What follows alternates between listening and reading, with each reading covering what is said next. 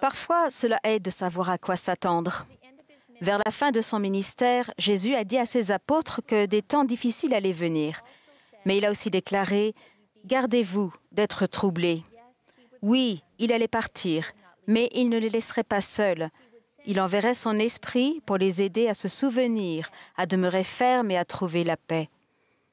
Le Seigneur accomplit sa promesse d'être avec nous, ses disciples. Mais nous devons continuellement nous tourner vers lui pour nous aider à reconnaître et à apprécier sa présence. Les disciples du Christ ont toujours dû faire face à des temps difficiles. Un ami cher m'a envoyé un vieil article tiré du Nebraska Advertiser, un journal du Midwest des États-Unis daté du 9 juillet 1857. On peut y lire « Tôt ce matin, une compagnie de Mormons en route pour Salt Lake est passée par ici. Les femmes, pas très délicates, c'est certain, tiraient des charrettes à bras comme des bêtes. L'une d'elles a trébuché dans cette boue noire, entraînant une courte halte dans la procession. Les enfants avançaient péniblement dans leurs vêtements étranges, l'air aussi déterminés que leur mère. J'ai beaucoup pensé à cette femme dégoulinant de boue. Pourquoi tirait-elle sa charrette seule? Était-ce une mère seule? Qu'est-ce qui lui a donné la force intérieure, le courage et la persévérance d'accomplir un voyage aussi épuisant dans la boue, tirant au moyen d'une charrette à bras tout ce qu'elle possédait vers un nouveau foyer, dans un désert inconnu et subissant parfois les moqueries de certains observateurs? Joseph F. Smith, ancien président de l'Église, a parlé de la force intérieure de ces pionnières. Pouvait-on détourner ces femmes de leurs convictions à propos de l'Église de Jésus-Christ des saints des derniers jours? Pouvait-on assombrir leur esprit à propos de la mission de Joseph Smith, le prophète? Pouvait-on les empêcher de voir la mission de Jésus-Christ, le Fils de Dieu? Non, au grand jamais. Pourquoi? Parce qu'elles le savaient. Dieu le leur avait révélé. Elles l'avaient compris. Et aucun pouvoir ici-bas ne pouvait les détourner de ce qu'elles savaient être vrai. Frères et sœurs, être de tels hommes et femmes est notre appel aujourd'hui. Des disciples qui puisent profondément en eux la force de continuer d'avancer lorsqu'ils sont appelés à traverser leur propre désert. Des disciples avec des convictions que Dieu leur a révélées, qui suivent Jésus d'un cœur joyeux et sincère tout au long de leur parcours personnel de disciples.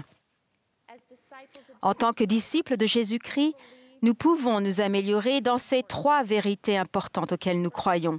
Premièrement, nous pouvons respecter nos alliances, même lorsque c'est difficile. Quand votre foi, votre famille ou votre avenir sont ébranlés, quand vous vous demandez pourquoi la vie est si difficile alors que vous faites de votre mieux pour suivre l'Évangile, rappelez-vous que le Seigneur nous a dit de nous attendre à des difficultés. Les difficultés font partie du plan et ne signifient pas que l'on vous a abandonné. Elles font partie de ce que signifie être sien.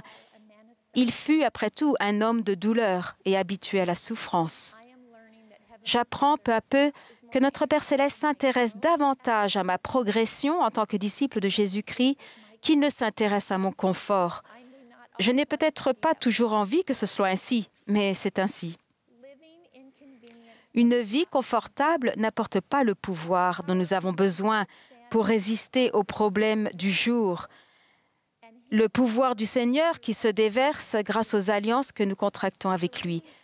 Faire face à de forts vents contraires en s'appuyant sur notre foi, nous efforçant chaque jour de faire ce que nous avons fait alliance avec le Seigneur de faire, en particulier lorsque nous sommes fatigués, inquiets et en proie à des questions ou des problèmes complexes, permet de recevoir progressivement sa lumière, sa force, son amour, son esprit et sa paix. Le but du chemin des alliances est de nous rapprocher du Sauveur. Il est le but, et non pas notre progression parfaite. Il ne s'agit pas d'une course. Nous ne devons pas comparer notre voyage à celui d'autrui. Même lorsque nous trébuchons, il est là. Deuxièmement, nous pouvons agir avec foi. En tant que disciples de Jésus-Christ, nous comprenons que la foi en lui requiert de l'action, en particulier dans les moments difficiles. Il y a de nombreuses années, mes parents avaient décidé de changer la moquette de la maison. La veille au soir de l'arrivée de la nouvelle moquette, ma mère avait demandé à mes frères d'enlever les meubles et d'arracher la moquette des chambres afin qu'on puisse y poser la nouvelle. Ma sœur, Émilie, alors âgée de 7 ans, dormait déjà. Pendant son sommeil, ils ont retiré sans bruit tous les meubles de sa chambre à l'exception de son lit, puis ils ont enlevé la moquette. Et comme le font les grands frères parfois, ils ont décidé de lui faire une petite blague. Ils ont alors enlevé le reste de ses affaires du placard et des murs, laissant la chambre vide. Ensuite, ils ont écrit un mot qu'ils ont accroché au mur et qui disait « Chère Émilie, nous avons déménagé. Nous t'écrirons dans quelques jours pour te dire où nous sommes. Affectueusement, ta famille. » Le lendemain matin, comme Émilie ne venait pas prendre son petit déjeuner, mes frères sont allés la chercher. Elle était là, triste et seule, derrière une porte fermée. Émilie a commenté cette expérience plus tard. J'étais dévastée. Mais que se serait-il passé si j'avais simplement ouvert la porte? Qu'aurais-je entendu? Qu'aurais-je senti? J'aurais su que je n'étais pas seule. J'aurais su que l'on m'aimait vraiment.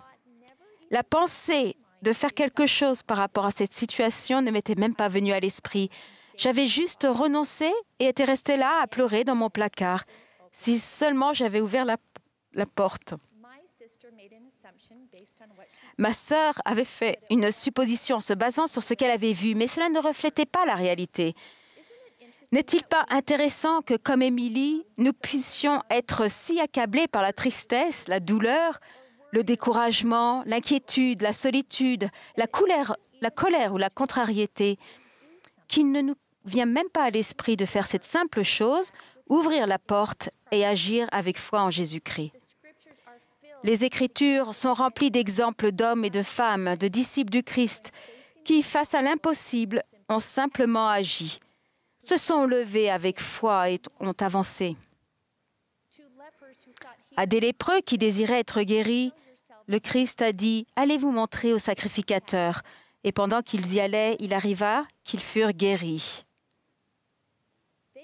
Ils sont allés se montrer au sacrificateur comme s'ils avaient déjà été guéris.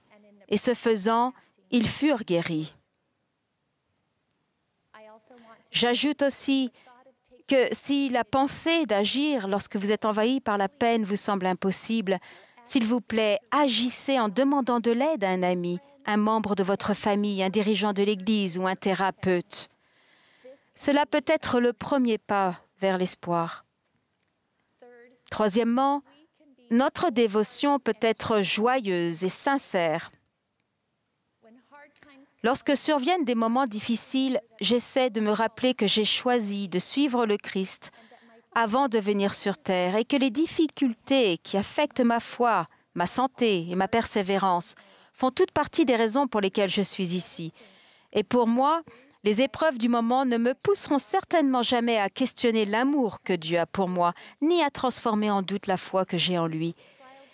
Les épreuves ne signifient pas que le plan a échoué. Elles font partie du plan censé m'aider à rechercher Dieu.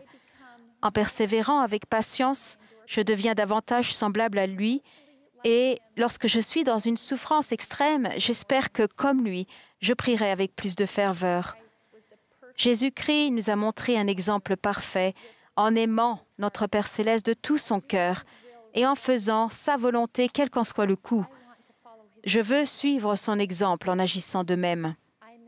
Je suis inspirée par la fidélité sans réserve et pleine d'ardeur de la veuve qui a déposé ses 2 petites pièces dans le tronc du temple. Elle y a mis tout ce qu'elle possédait. Là où d'autres n'ont vu que la modique somme qu'elle avait déposée, Jésus-Christ, lui, a reconnu la vraie valeur de ce qu'elle avait donné. Il en va de même pour chacun de nous. Il ne voit pas nos manques comme un échec, mais plutôt comme une occasion d'exercer notre foi et de progresser. Mes chers condisciples en Jésus-Christ, je choisis de tout mon cœur de me tenir aux côtés du Seigneur. Je choisis de me tenir aux côtés des serviteurs qu'il a choisis. notre président Russell M. Nelson et ses compagnons de service, les apôtres, car ils parlent en son nom et sont les intendants des ordonnances et des alliances qui me lient au Sauveur. Je continuerai de me relever quand je trébuche, m'appuyant sur la grâce et le pouvoir habilitant de Jésus-Christ. J'honorerai les alliances que j'ai faites avec lui et rechercherai des réponses à mes questions en étudiant la parole de Dieu avec foi et avec l'aide du Saint-Esprit, car j'ai confiance en ses conseils. Je rechercherai son esprit chaque jour en faisant des choses petites et simples. C'est là mon chemin en tant que disciple. Et en attendant le jour où les blessures quotidiennes de la condition mortelle seront guéries, je me confierai dans le Seigneur et j'aurai confiance en lui, en son calendrier, en sa sagesse et en son plan. Main dans la main avec vous, je veux me tenir à ses côtés pour toujours, de tout mon cœur, sachant que lorsque nous aimons Jésus-Christ de tout notre cœur, il nous accorde tout en retour. Au nom de Jésus-Christ, Amen.